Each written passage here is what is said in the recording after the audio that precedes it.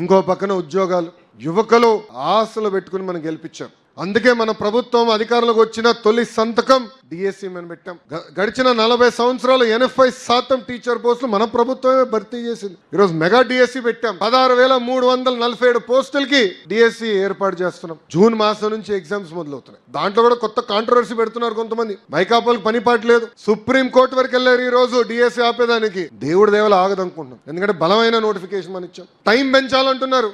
అరే సిలబస్ నేను పోయిన డిసెంబర్లో ఇచ్చా. పాపం జగన్మోహన్ రెడ్డి గారు సిలబస్ అంటే ఏంటో తెలియదులే. 7 నెలలు సమయం మనం ఇచ్చాం. పద్ధతి ప్రకారం డిఎస్సి ఇస్తున్నాం. జాబ్ నోటిఫికేషన్ ఇస్తాం. పెద్దలు అన్నట్టు పెద్ద ఎత్తున పెట్టుబడులు, పరిశ్రమలు తీసుకొస్తున్నాం. ఈ రోజు సోలార్, విండ్ కంపెనీలు వస్తే మనకేంటి అనుకోవచ్చు, టెక్నీషియన్లు కావాలి, మెయింటెనెన్స్ చేయాలి, పిల్లలకి స్కిల్ అప్గ్రేడేషన్ చేయించాల్సిన బాధ్యత నా పైన ఉంది. రేపు యజమానం కూడా చెప్తా, ఓనర్లకు చెప్తా, కంపల్సరీ లోకల్స్ కే మీరు ఉద్యోగం 100% ఇవ్వాలని. కంపెనీలు ఎందుకు తెస్తామండి?